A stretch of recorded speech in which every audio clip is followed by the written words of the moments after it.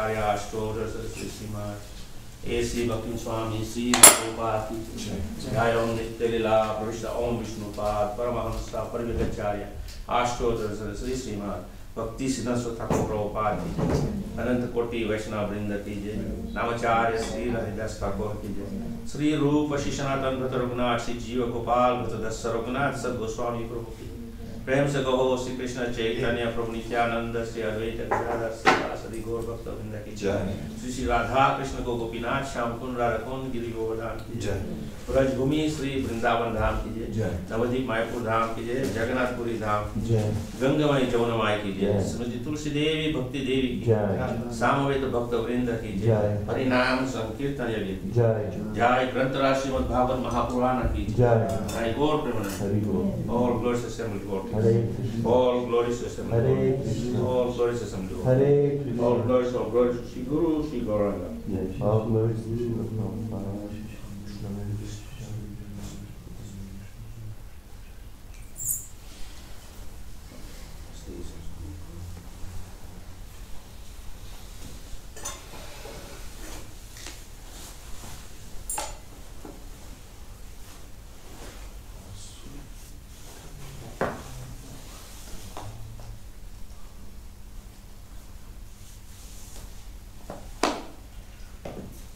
Om Namo Bhagavate Vasudevaya. Om Namo Bhagavate Vasudevaya.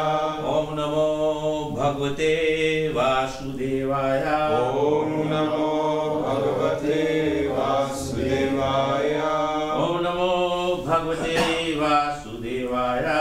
Om Namo Bhagavate Vasudevaya. Continuing our reading from Canto 4, chapter 29, text number 14.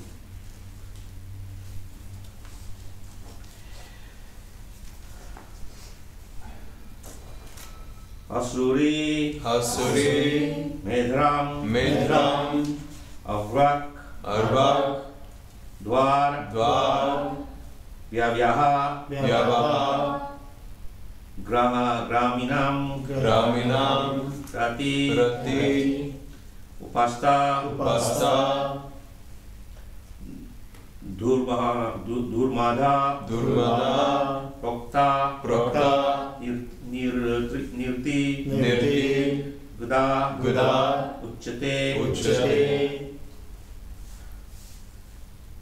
Asuri Medram Arvaga Dwar, Asuri Medram Arvak Dwar, Vyavya Graminam Rati, Vyavayo Graminam Rati, Pasto Durmada Prakto, Upasto Durmada Prokto, Niritri Guda Uchate, Nirtir Guda Uchate, Asuri Medharam Arvag Dwar, Asuri Medram Arvak Dwar, Vyavya Graminam Rati, Vyavayo Graminam Rati, Pasto Durmada Prakto, Upasto Durmada Prokto, Niritir Guda Uchate, Niritir Guda Uchate, Asuri Medram Arvak Dwar, Asuri Medram Arvak Dwar, Vyavayo Graminam Rati, Vyavayo Graminam Rati, Upasto Durmada Prokto,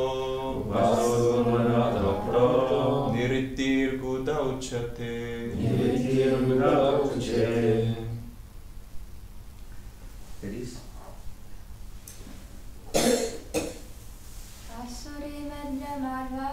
Asuri Medram Arvak Dwar, Vyavayo Graminam Rati, Vyavayo Graminam Rati, Upasto Durmada Prokto, Upasto Durmada Prokto, Nirtir Guda Uchate, Nirtir Guda Uchate.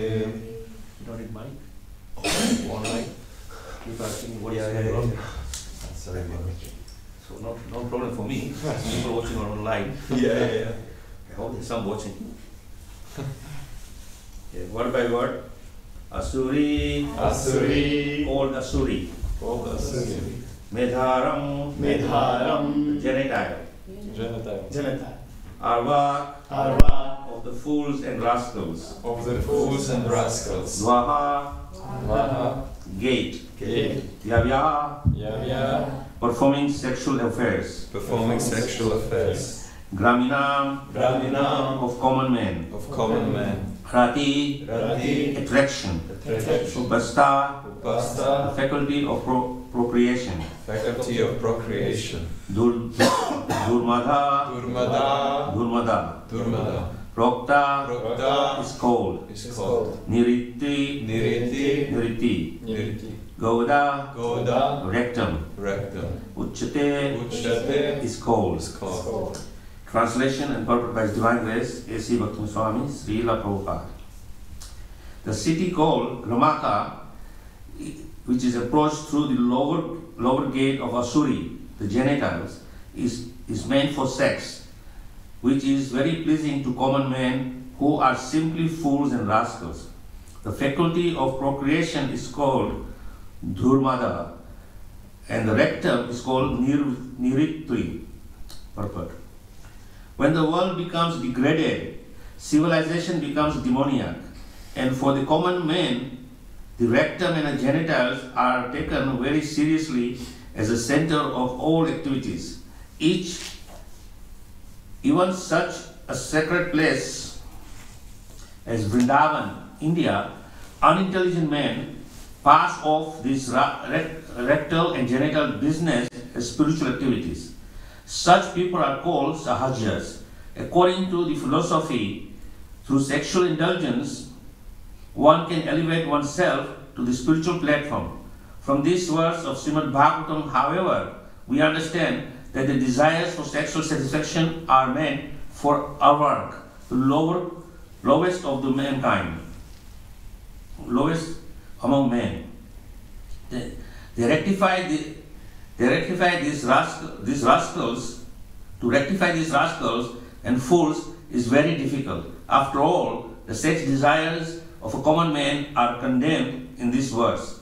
The word dhurmada means wrongly directed, and niritri means sinful activities. Although this clearly indicates that sexual indulgence is abominable and misdirected even from the ordinary point of view, the sahajas nonetheless pass themselves off as devotees conducting spiritual activities. For this reason, Vrindavan is no longer visited by intelligent men. Sometimes we are often asked why you have made our center in Vrindavan. From the external point of view, it can be concluded that Vrindavan has become degenerated due to these sahaja activities. Yet, from the spiritual point of view, Vrindavan is the only place where all these sinful persons can be rectified by means of taking birth in the form of dogs, hogs, and monkeys. By living in Vrindavan as a dog, hog, or a monkey, the living entity can be elevated to the spiritual platform in the next life. Om Jnana-Tinandasya Jnananjana Shalakaya Chakshusrutam Yena Tasmai Sri Guruve Namaha Vanchakalpatrubhyascha Kripasindhubhyecha Patitanam Pavanebhyo Vaishnavyo Namo Namaha Jai Shri Krishna Chaitanya Prabhu Nityananda Sri Advaita Gadadhar Srivasadi Gaur Bhakta Vrinda Hare Krishna Krishna Krishna Hare Hare Hare Rama Rama Rama Hare Hare. So this verse is now talking about the final two gates of the city of 9 gates, which is described here in this chapter. So we started with all different 9 gates, and Narad Muni is describing the 2 eyes, the 2 ears, the 2 nostrils, the mouth. Now finally we come into the lower section where it's described here. The lower gates, the genitals and the rectum are considered very abominable. And here it is explained by Prabhupada in the purport that the common man who has no higher understanding of spiritual values or higher understanding of the human birth, they kind of think that this material body is for sense enjoyment.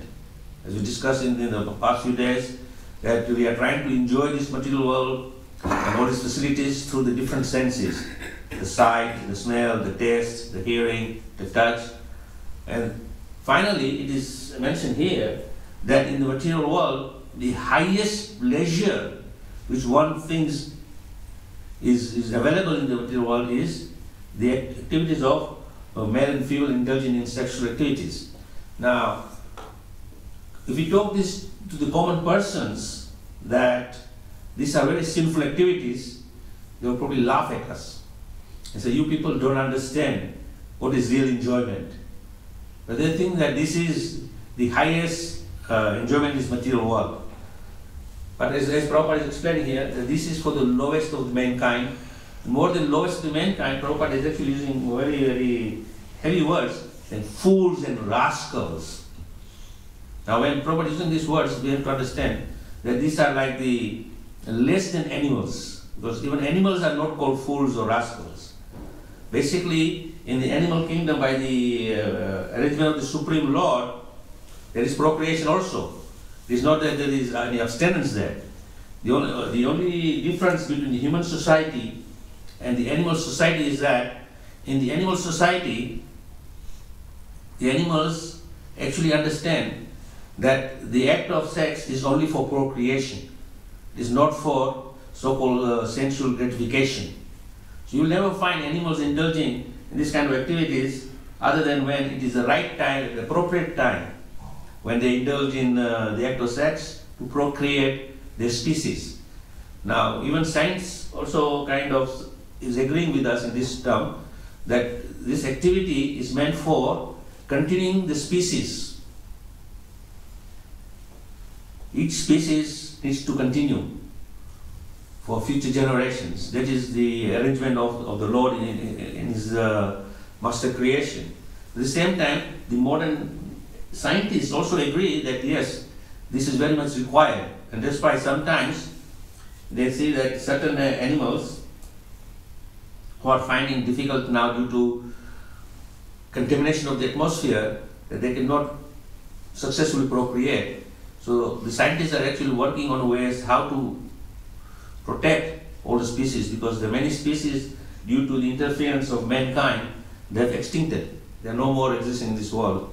Although there are some recordings of their existence or photographic proof that they were there, or some bones which they find and say, yes, these animals were here at some stage, but they have now been extinct. But the human species, they go beyond procreation. And what they do is they think that this is the highest enjoyment. So all day and night, Prabhupada explains that you toil so hard to accumulate all the necessities of facilitating the act of indulgence in sexual gratification. So this activity is considered very abominable. It is considered the lowest of the lowest. But at the same time, it is the gift of the Supreme Lord to procreate the species. At the same time, if there is no procreation, then the species will die out. And once the species die out, then there is no more people in the world. The world will be empty. In one sense, I think, if the world is empty of people, it will be a very nice place. Because people, you can see all around the world, in the name of so-called civilization and advancement, are destroying their world. Right now, we see in the whole world, all these countries getting together and discussing about global warming and the effects of that. But who is the cause of this global warming? Certainly not the animals. It is the human beings. Because what we do is due to our need for gratifying our senses, we go and create huge industries, and in these industries we have mass production, and there's so much pollution and byproducts which is destroying the environment. But at the same time we think, oh, we have to do something about this. Well, Prabhupada is saying the secret to this is very simple. Simple living, high thinking. If you come down to a platform of simple living, then you are cutting down of all the so-called extra things which you think is necessary for a good existence. But if you live simple, then your necessities are very, very simple. And your necessities simple means you produce things which are required for you from Mother Nature. So in terms of say food, if you need food, by the arrangement of the Supreme Lord, there is sufficient land for cultivation. But what mankind does is that they are producing food out of greed, to think that, okay, I produce so much food produce, then I'll sell in the marketplace, I'll make more money, and then it's never ending. Now you see, I've seen this, at least in India, certain part of the country, where very fertile land is there. They can use this land for making, for growing fruit, vegetables and grains. But instead, what are they growing? Acres and acres and acres, they are growing tobacco. Now, tobacco doesn't feed anyone. All it does, it feeds people's desire for smoking cigarettes. And smoking cigarettes is not going to be any beneficial to you in terms of health-wise. We all know that smoking packets are saying very clearly, it is injurious to your health, it can kill you, it can cause cancer, and so many advertising is going on to prevent people from smoking. But on the other hand, the government is not banning smoking, because smoking is a big source of income for the government from taxation. So they said, don't smoke, but actually continue smoking because we want your money. So they are hypocrites. If the government is really concerned for the welfare of the society and the citizens they are ruling, then they should just ban this product. It's not necessary. But the point I'm trying to make here is that valuable land is used for tobacco cultivation. Then on the other hand, you say there is not enough food. Of course, there is enough food, but man's greed is such that we do not equally spread food to everyone. Supply. What we are doing is we are keeping it. In India, I don't know about Western countries, but at least in India, every season they produce masses and masses and tons of wheat grain and rice.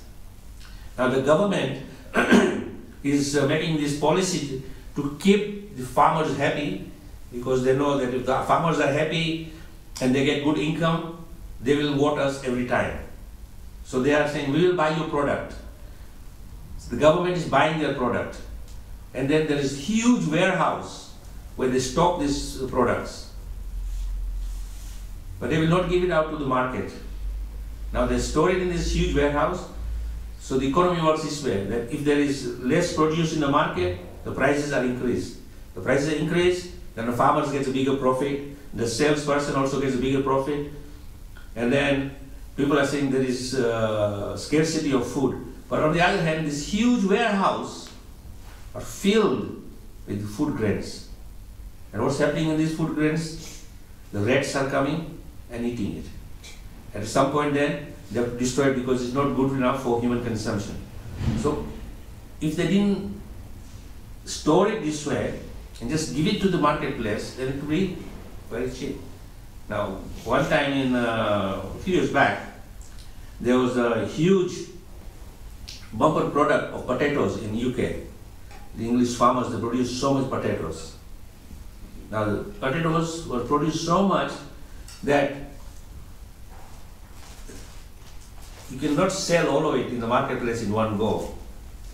Because potatoes is perishable. After some time it perishes and rots.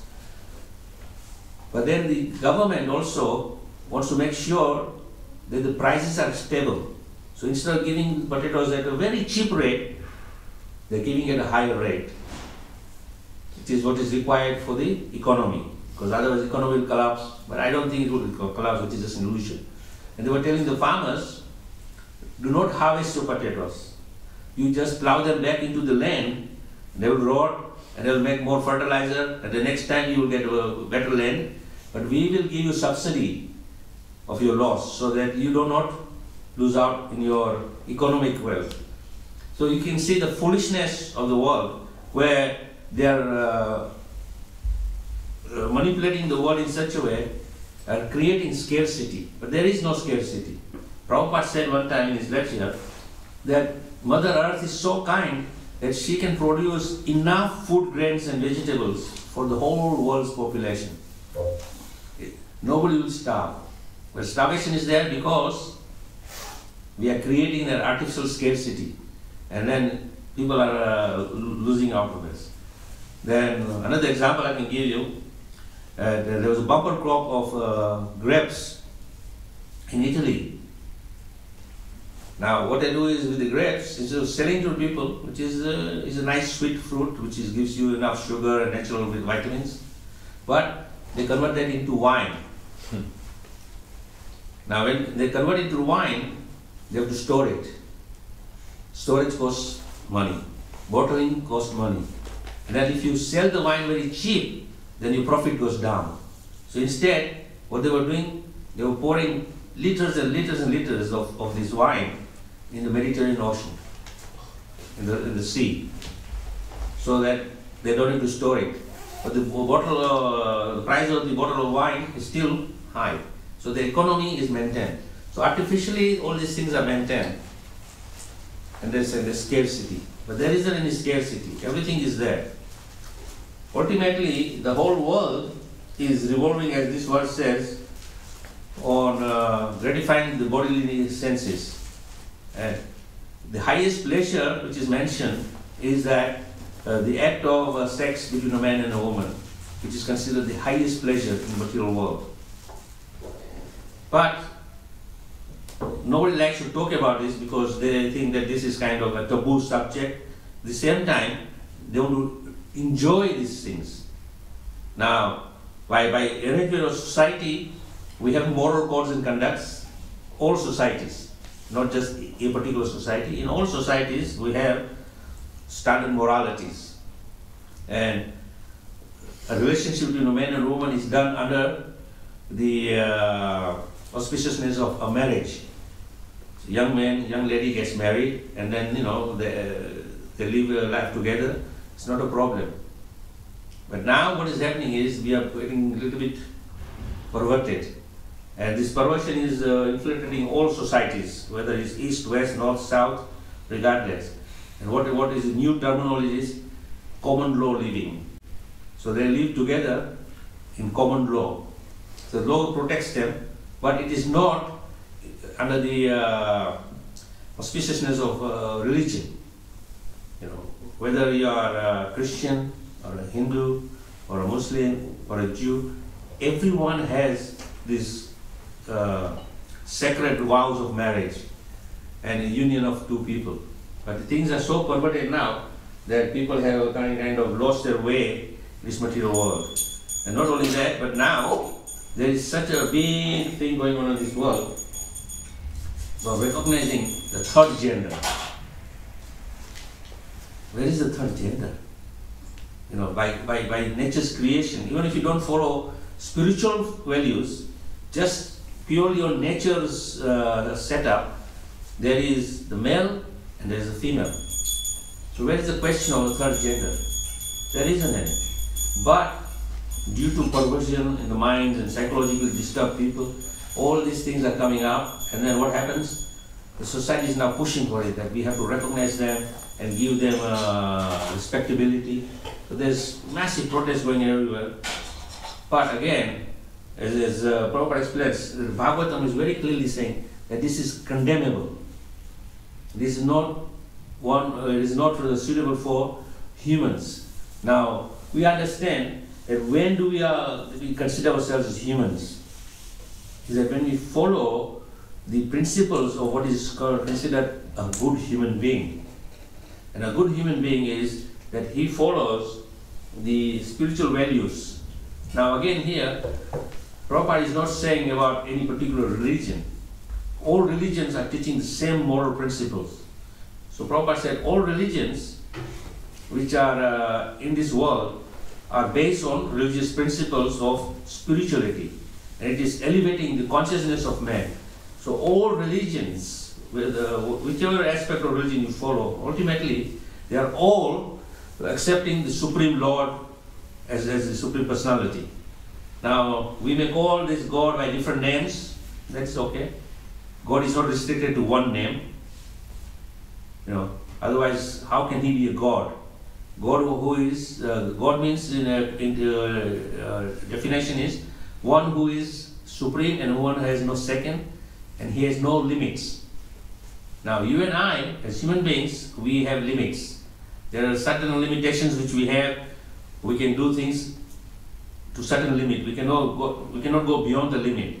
But the Supreme Lord has no limits, and therefore he is not limited to a name. Generally, in our language, whichever language we speak, there is a name for God. At the same time, we see the Lord and address him according to what attributes we give to the Lord. So sometimes we see the Lord, the Supreme Lord, as the Savior. So that is the attribute we give to God, that God is the Savior of mankind. Then sometimes we say God as most powerful. So we give that attribute to the Lord as most powerful. Obviously, in the material world, we have this so-called illusion that I am very beautiful, I am very handsome, I am very attractive. Now, of course, if we are beautiful, handsome, attractive, what to speak of God? God is all attractive. This is mentioned in the scriptures, that the Supreme Lord is the highest pinnacle of attraction and beauty. So, in other words, the point is that the Lord is not restricted by anything. And the values of all spiritual teachings or religious teaching is to elevate the consciousness of man to higher level so that he can understand what is the purpose of life. Now, I cannot speak about other religious teachings because I'm not an expert in that, but at least I am following the Vedic culture and the teachings of the Vedas. And in the Vedas, it is very clearly saying that the purpose of human life is to elevate your consciousness to the highest level so that when the consciousness is the highest level, then you can understand supreme consciousness. Because if you are in lower consciousness and covered by the modes of material nature, then you cannot go beyond the material creation. You cannot go on beyond what you see with your eyes, what you can perceive by sound, what you can perceive by smell, what you can perceive by taste, what you can perceive by your touch. So these are 5 organs of senses, and what you perceive with these 5 senses, that is all you're going to understand. You cannot go beyond. So spirituality is not something material. It is of a spiritual nature, it is transcendental, and therefore, in order to understand that, you also have to become spiritually elevated and transcendental. Now, in the Bhagavad Gita, it's very clearly explained that the living entity is spiritual in nature. Only thing is that the spiritual living entity is under false conception or understanding that this body is very all. So we try to relate to this body. We think this body is me. But then this body is not me, because when I ask you, what is this? Then you will say, this is my head. What is this? This is my hand. What is this? These are my legs. This is my belly. So I'm saying mine. We don't say I hand, I head, I belly, I legs. Yeah.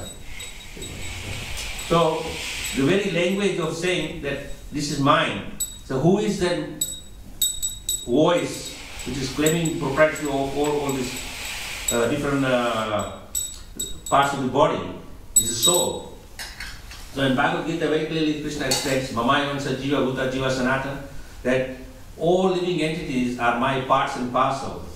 And because we are parts and parcel of the Supreme Lord, then we are not different from Him. Now, if we are spiritual in nature, then why we are acting on material platform? We are acting on material platform is because our consciousness is not yet highly developed. So, for one who is practicing spirituality in one's life, gradually through the discipline of spiritual practices, one raises the consciousness higher and higher and higher. when the consciousness reaches the highest level, then you can understand the supreme consciousness and you connect with the supreme consciousness. And when you connect with the supreme consciousness, then you can understand that you are not this body. And at that point, you will only be concerned to elevate your soul to the highest level. Now, what is the highest level? It is explained in the scripture that we are not of this material world. We are of the spiritual world. And therefore, we think, at least on a lower consciousness, that this material world is my place. I live here and I exist here. And after I finish sometimes, I will experience my end, which we consider the word death. When death comes, you consider that that's it. I am finished. And beyond that, there is nothing, if you have no real knowledge. Now, I would say to someone that if you think there is nothing beyond death, why struggle in the suffering world? Why not end today? Why not die today? Why wait to die later? For 10, 15, 20, 30 years, you're suffering, struggling, because every day is a struggle. Every day you have to run around to satisfy the needs of the body. But there's nothing beyond this body, then end the body now, then there's no need to worry about it. But the soul is eternal. And even though we don't have that knowledge or understanding, you think this body is it and that's it, after that nothing happens. But the soul doesn't want to die. It wants to live forever and ever. But at the same time, nobody lives forever, because we see in our everyday experience that people are taking birth and people are dying. So this is not happening everywhere, all around us. So this is a fact of life. Now, just to make preparations to live forever is not going to be possible. So we have to be realistic. Then the Supreme Lord, out of His causeless mercy and His kindness upon the living entity, He comes Himself, as is mentioned in the Bhagavad Gita, that I come to this material world millennium after millennium after millennium. For what purpose? Dharma samstapna arthaya, to establish the spiritual values and awaken the sleeping soul in the reality. So when that reality is awakened, then you understand, yes, I am not of this world, I am of the spiritual world. And therefore, I have to make my way to the spiritual world. Now, Krishna also explains how to come to Him. So in the Bhagavad Gita, Krishna says, Bhaktya mam abhijananti. If you want to know me through the process of bhakti. And then one who follows the process of bhakti, Krishna says in the 10th chapter of Bhagavad Gita, Tesam satatam yuktanam bhajatam priti purvaka dadhami buddhi yoga. So he's saying dadhami buddhi means I give you the higher intelligence. How?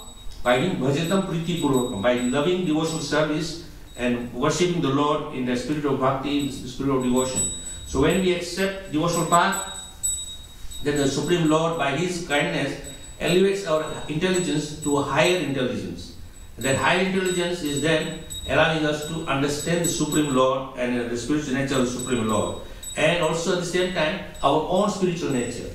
So when we recognize this, then we follow the path of bhakti, and then we slowly, gradually follow the disciplines of the process of bhakti or devotional service and elevate our consciousness.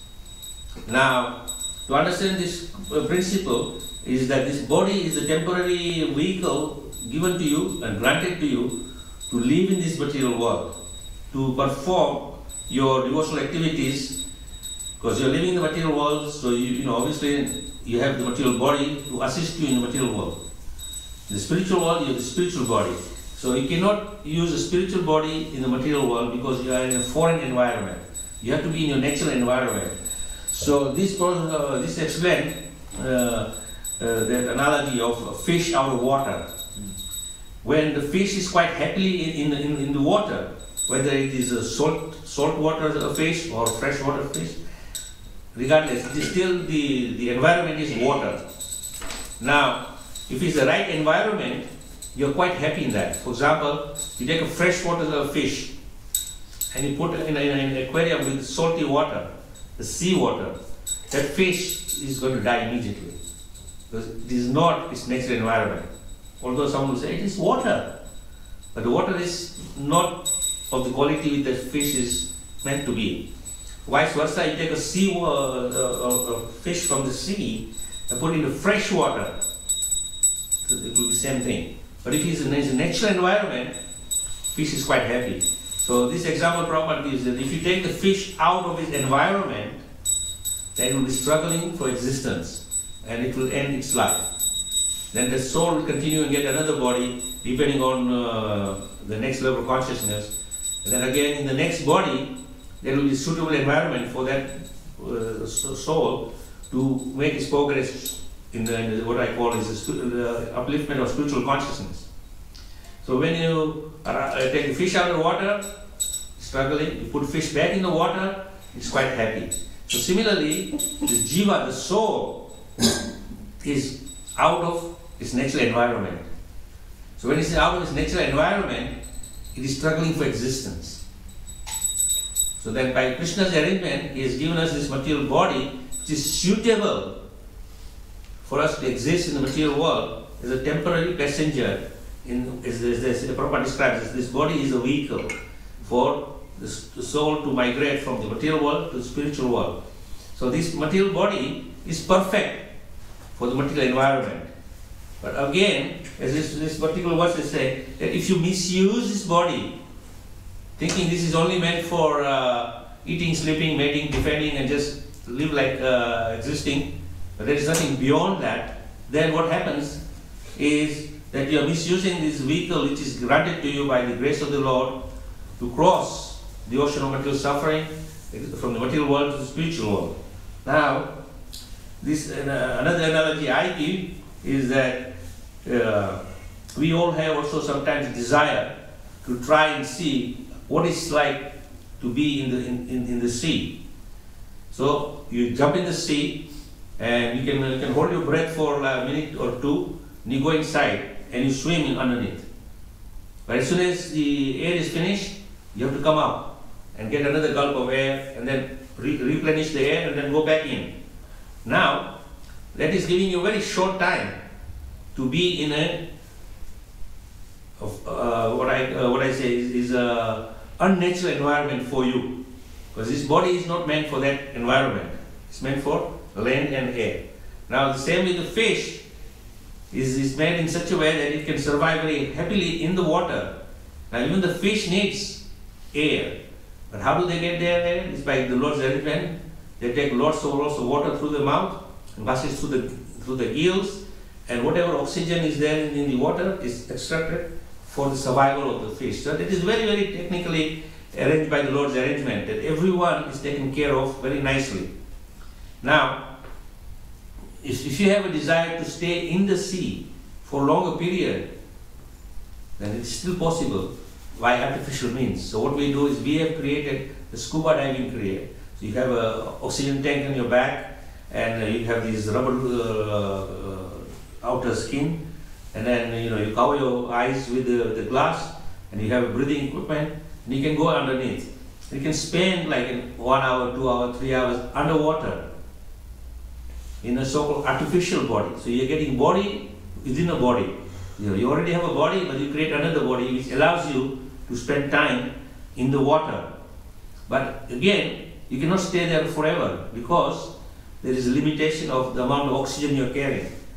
If you carry 1 hour supply, you'll be there for 1 hour. If you carry 2 hours supply, you can be for 2 hours. But eventually you have to come out. So similarly, in that analogy, we are also given this body which is like a scuba gear. And this body is allowing us to function in this material world.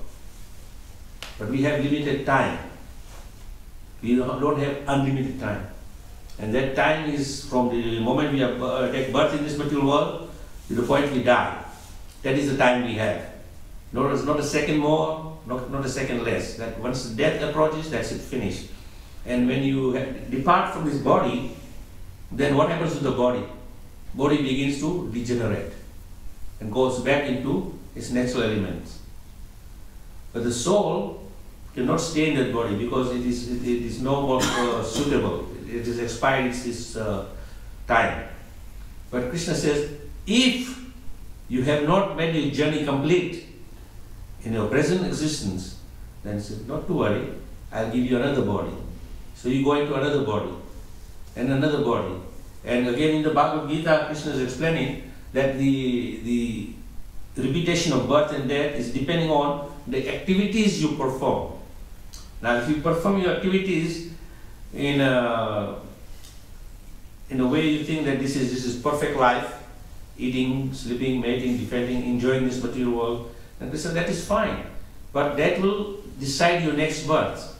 So at the time of death, whatever your state of consciousness is, whatever your desires and attachments are, Krishna will calculate that and say, okay, this is what you require in your next life. So because your desires were not fulfilled in this life, so in the next life, Krishna calculates all your desires and then gives you a suitable body. In that body, you can fulfill your desires. And you can continue going round and round and round until a point comes in your life, you are now granted, which is what we call a human body. And the human body is endowed with special intelligence and understanding to look your environment around you and understand your environment, and then find out that this environment is not suitable for me because I'm still in a temporary body. It's not a permanent situation. So to create that, then in the human body you have intelligence, and with this intelligence you are given special faculties of inquiry, and you have this ability to make inquiries. Now animals never inquire about anything. They just mind their own business. They are hungry, they eat. They are tired, they take rest. And then at the appropriate time, they know by Lord's arrangement it's time for procreate, so they procreate. And if someone comes and violates their space, they will defend. So as Prabhupada said, these are animal propensities of eating, sleeping, mating, defending. Now a human being has got higher ability to understand. And so from the beginning of time, all humans are always inquiring. Why? That is why we have all these trying to understand the cosmos, and we are trying to invent all kind of equipment to study what is out there. Then we go to study what is inside the earth, what is inside the oceans. We are making so many inquiries. Again, these are the wrong kind of inquiries. You are trying to understand your world around you, but the real inquiries, which is mentioned by Vedavyas in the Vedanta Sutra, Athato Brahma Jignasha, that when you are properly inquiring into the right matters, and that is what? Brahma Jignasa. Brahma Jignasa means inquiring into Supreme Lord and His creation and consciousness. So when we understand the Supreme Lord, then you understand what is your position. That your position is to be with the Supreme Lord. And the Supreme Lord is then giving you so many different facilities to understand that journey. And through the scriptures, which are given to us by the Supreme Lord Himself, these are not some man-made scriptures that guy is sitting somewhere. He says, wow, I have the ability to think about this higher nature. Let me write something. And he writes all the scriptures. And then gives us the scriptures that it is not something which is man-created. The scriptures are given by the Supreme Lord Himself. If you go deeper into the scriptural understanding, the Lord created this world, then there's Lord Brahma, and Lord Brahma is given the transcendental knowledge. That knowledge is then put down in a written form and orally transmitted to mankind so that they can get this knowledge and then rise in the spiritual consciousness. And when they're rising in spiritual consciousness, then they connect with the Supreme, and then you are back in your spiritual world. Ultimately, our business is to connect with the Supreme Lord through proper understanding. So the scripture is not saying that you cannot use your eyes, your hearing, your taste, your smell, your touch. All these faculties are there to assist you for higher understanding. Now if you use all these faculties in a proper way, then you will progress higher in your consciousness. Now when the consciousness is higher and higher and higher, then as I said, that when that consciousness reaches a certain level, you can understand the higher consciousness. Because your consciousness is also of the same nature. So when you understand that, then you know that you are not of this material world, but you are spiritual world. And then you follow that process. So again, the Supreme Lord also is giving us the roadmap of how to come out of this material world. And this roadmap is basically the instructions Krishna has given through his transcendental literatures, which is given to mankind. And one of the most important roadmap right now available to mankind is the Bhagavad Gita. The Bhagavad Gita is from the 18 chapters, is leading us from the first chapter to the 18th chapter, the roadmap of how to come out of this material world and follow step by step the guidance and directions given by the Supreme Lord. And if you follow this Bhagavad Gita perfectly, then we will become perfectly situated in our present existence. And Prabhupada says that if you follow the roadmap according to the guidelines given by Krishna, then you will be very happy in this world and the next world. So in this world, you will create spiritual environment around you. Although we are still in the material body, but the environment is spiritual. And that spiritual environment then will facilitate us till the end. And at the end, when the inevitable end comes, what we call death, then we are ready. At the time of death, our consciousness is so pure that we are only thinking of the Supreme Lord. Again, Krishna says that in the Bhagavad Gita. At the time of death, if you remember me, then you will surely come to me. If you remember anything else, then that will decide your next birth. So Krishna is saying that's okay. If you don't remember me, it is not a problem. You have to try again and again and again till you become perfect. But an intelligent person will learn very quickly that I don't want to stay in this material anymore. I don't want to take another rebirth again, because this place is not suitable and comfortable for me in this present environment. I want to be in my natural environment, and therefore I want to go back to the spiritual world. And going back to the spiritual world means we have a certain discipline of a lifestyle which is encouraging us to remember the Supreme Lord. And any moment when death comes, we are fully focused and remember the Supreme Lord.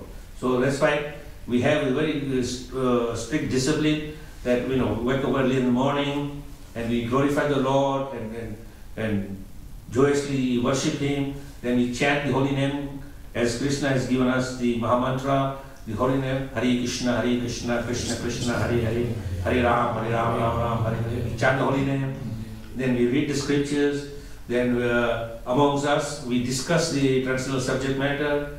And then because we are so much feeling great pleasure of this transcendental environment and taking great interest in this knowledge which is being given to us, we are very eager to spread to others and give them the opportunity, because the process of bhakti is one of selflessness, that we become selfless, that we are feeling great happiness because we have found the right path and we have found the right roadmap. So when we go outside and tell others, please come follow this roadmap. This is your real existence for this purpose only. Otherwise, you will go in the cycle again and again and again. So, all in all our activities as a devotee of the Supreme Lord Krishna is to make ourselves perfect and make others perfect.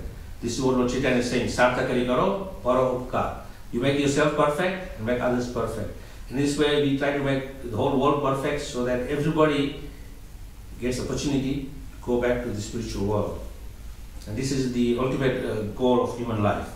So I will stop here. If anybody has any questions or any comments.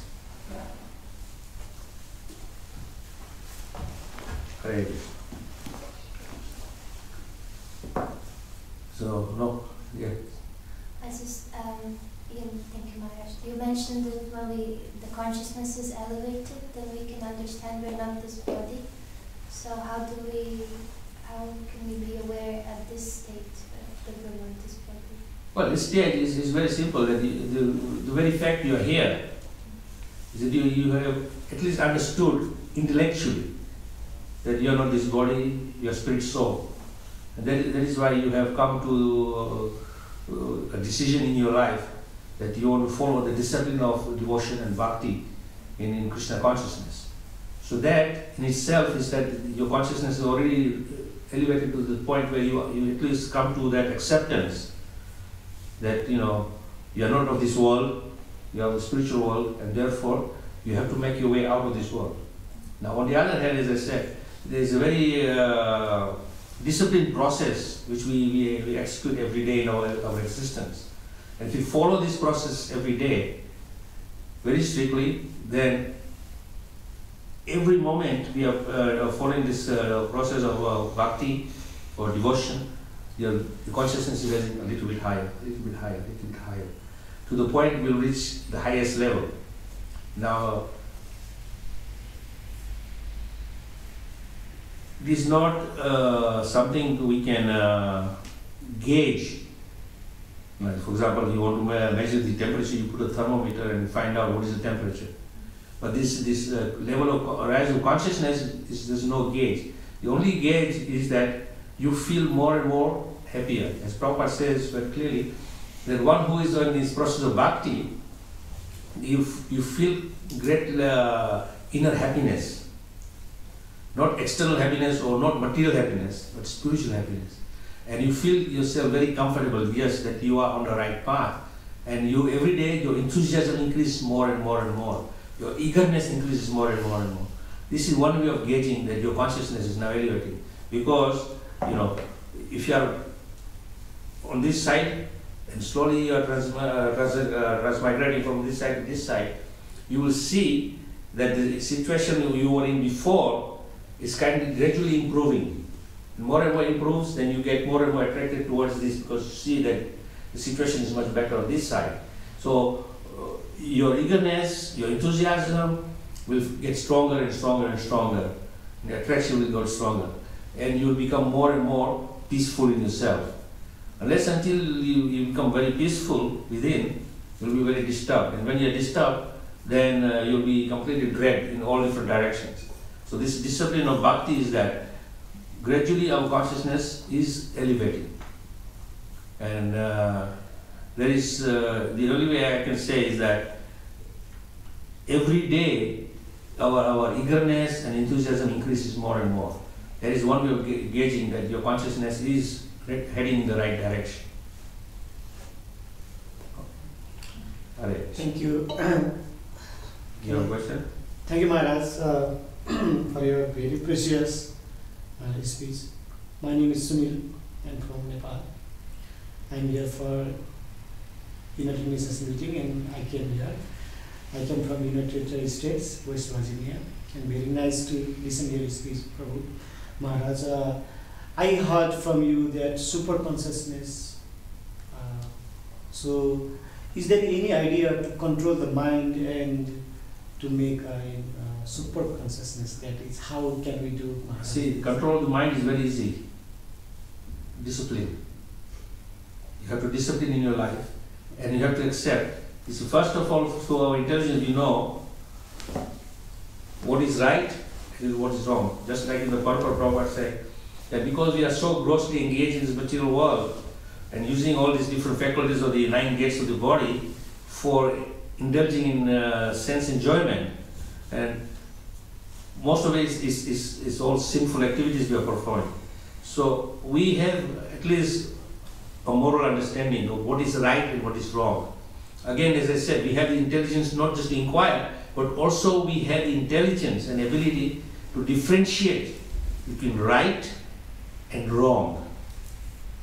Now, even though if you know it is wrong and you still do it, then nobody can help you.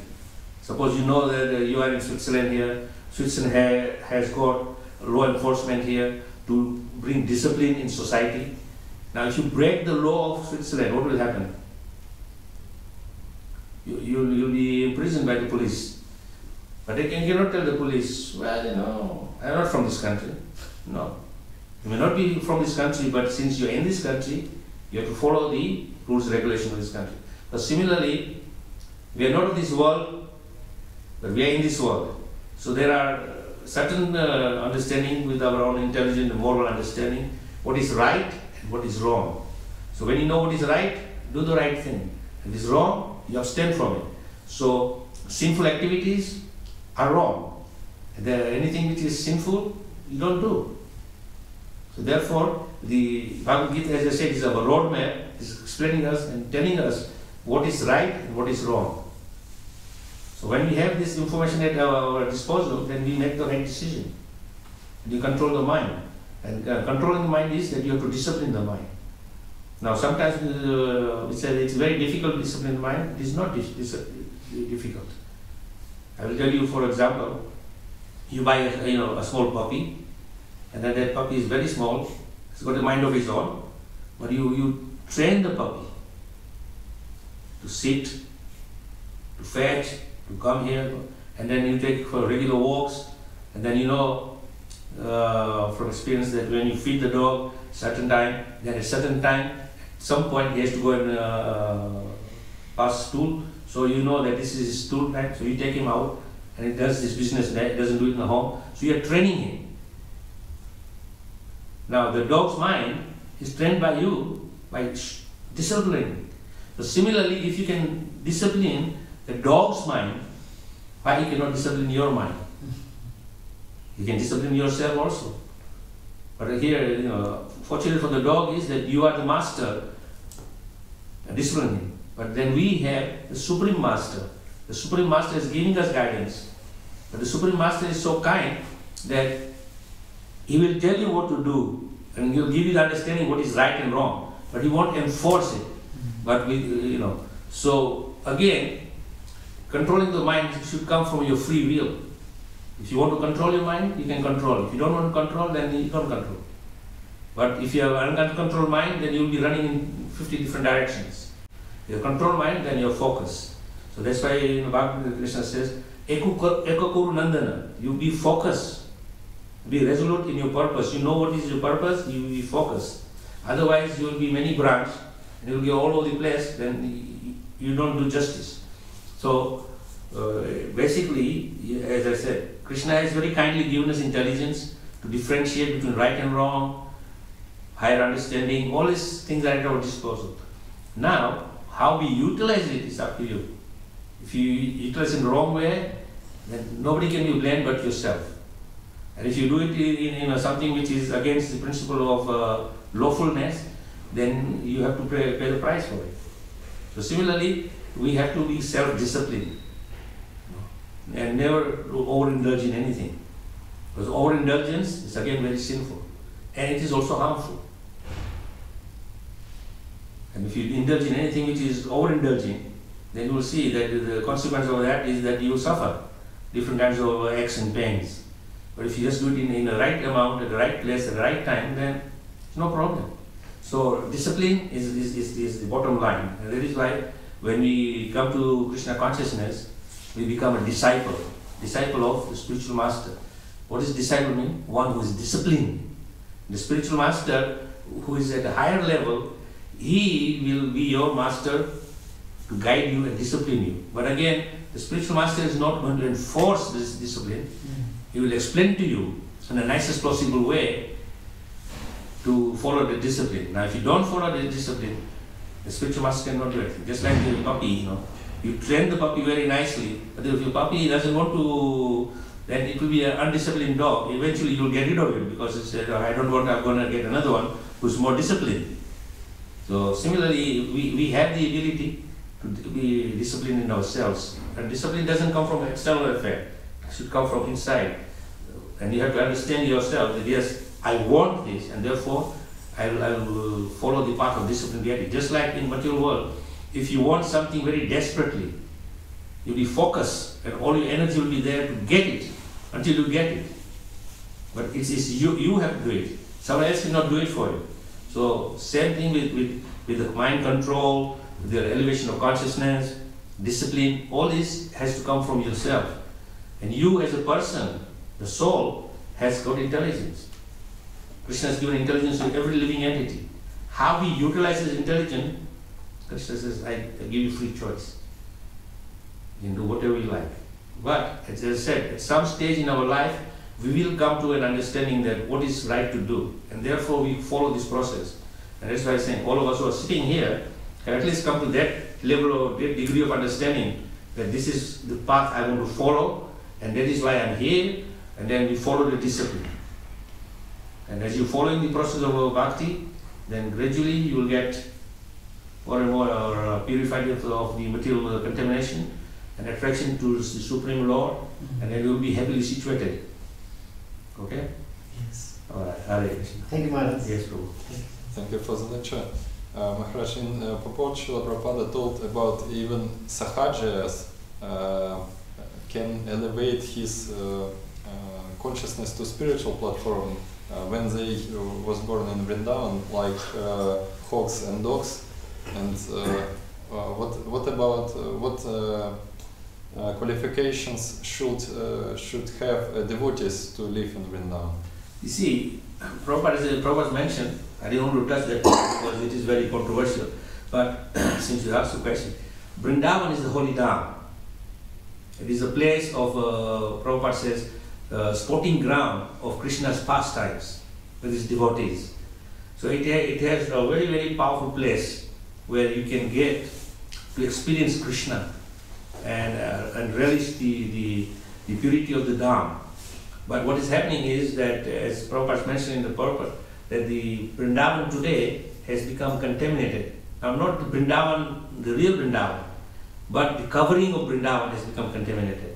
And therefore, people are attracted to go to Vrindavan and thinking that the highest level of sense gratification and indulgence of sex life is going to bring you to higher spiritual levels. So Prabhupada said that those people are falsely under illusion, thinking that they are staying in the holy Dham and they are getting opportunity to become, spiritually elevated by indulging all these sinful activities. So Krishna said that no problem, you remain in that area and perform these sinful activities. But the result of that is that still, because you are in the holy Dham, you recognize that this is a holy place.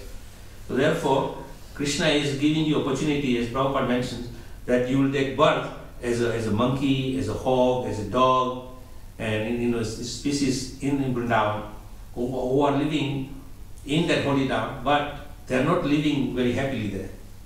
They are suffering like anything. But then the suffering is then slowly cleaning away, and in the next life they will get opportunity to get a better birth. And in that better birth, their consciousness will be purified, their understanding will be purified, and there they will be on a pure devotional platform. But that is the benefit of the spiritual world in the holy Dham. Now, I would not recommend that we go there and do nonsense and say, okay, next life I'll become a dog, and then, for maybe 15, 20, 30 years as a dog or a hog, then I'll get a better body. Why one would go through that? Because they're still suffering. So, as a devotee, if we are going to live in the holy Dham, Prabhupada said the holy Dham is a place where you do very strict sadhana. That you follow very strictly rules, regulations of bhakti, and you maintain your cleanliness internally and externally. And you follow the principle that every moment you are in the holy Dham, you're not wasting even a moment doing anything other than spiritual activities. So, there's so many things you can do spiritual. You chant the holy name, you read the scriptures, you associate with devotees, you go on parikramas, you walk around in the holy Dham and meditate on all the different places of Krishna's pastimes. So you completely focus on that. Otherwise, you go there and what will you do? You will do everything what you are doing here. So what is the difference between here and there? No difference. And then, of course, if your mind is not properly engaged in the spiritual activities, then there is the old saying, idle mind is devil's workshop. So if the mind is idle, then devil goes to work. And then it drifts into all different directions of sinful activities.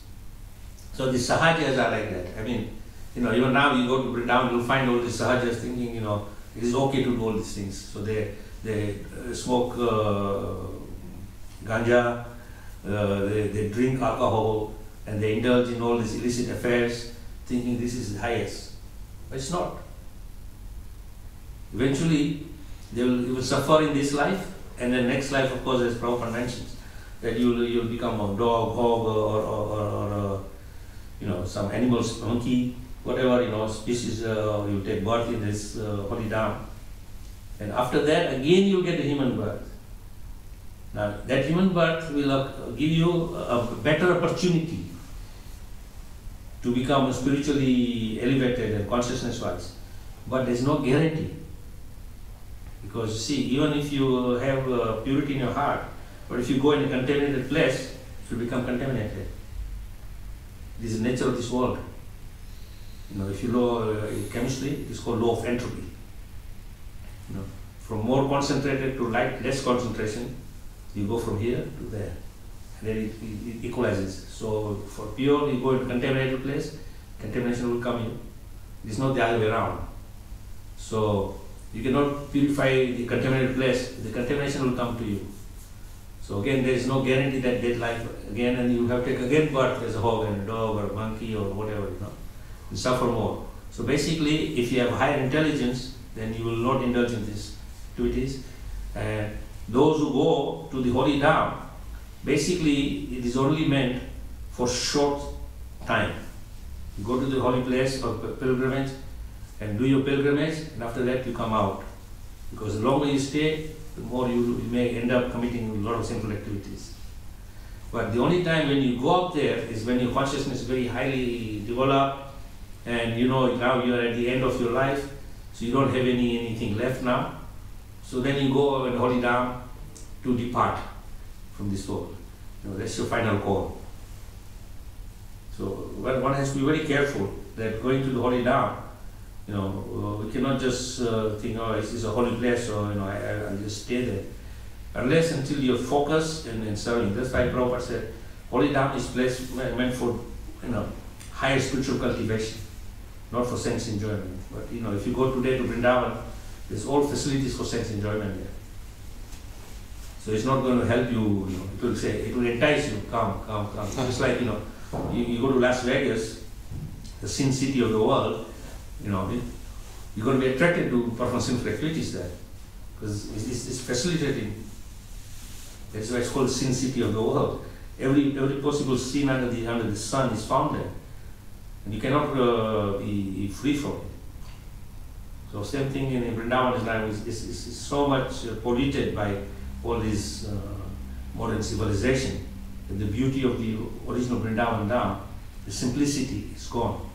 And that is why Prabhupada always encourages us that in our devotional life, we have to live simple and think high. High thinking is of spiritual nature things.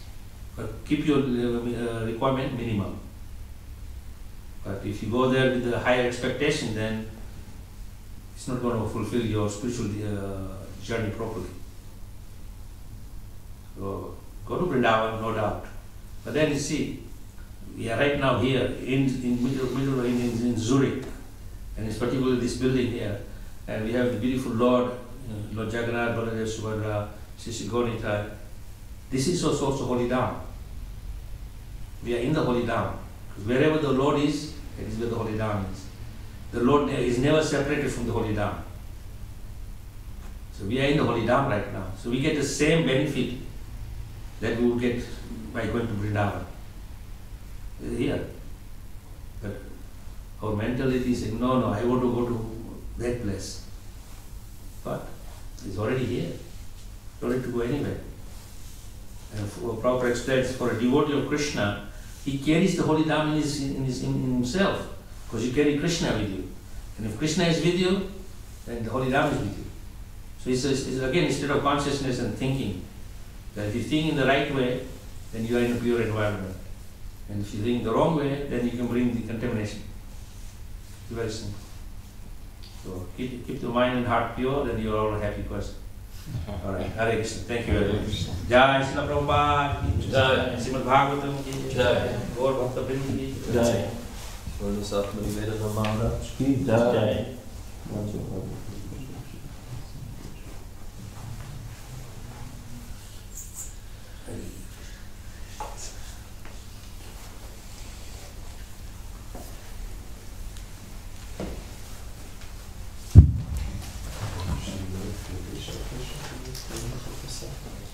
We have no idea. We don't know. Everything is happening by Krishna's arrangement. I depend on Krishna. My flight is the evening at 6 o'clock. I will leave here latest by 3:45 to 4 o'clock. 4 o'clock I must leave. Because 4 o'clock to at least 4:30, I can reach airport. Is not only 5 minutes, and then 1.5 hours immigration customs. The flight is on time. Last time was 2 hours delayed. Let's see how it goes. Okay. Right. You are from New Vrindavan? Yes. You stay in New Vrindavan? Yes. How many years you are staying there? No, just 6 months. 6 months? Yes. Oh, okay. Maharaj, I want to take one photo with you. Hare Krishna. Because of what you have. Take it outside. Okay.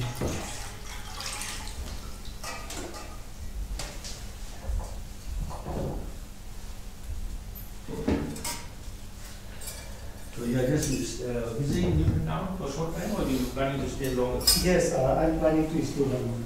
Okay. And you. Ich habe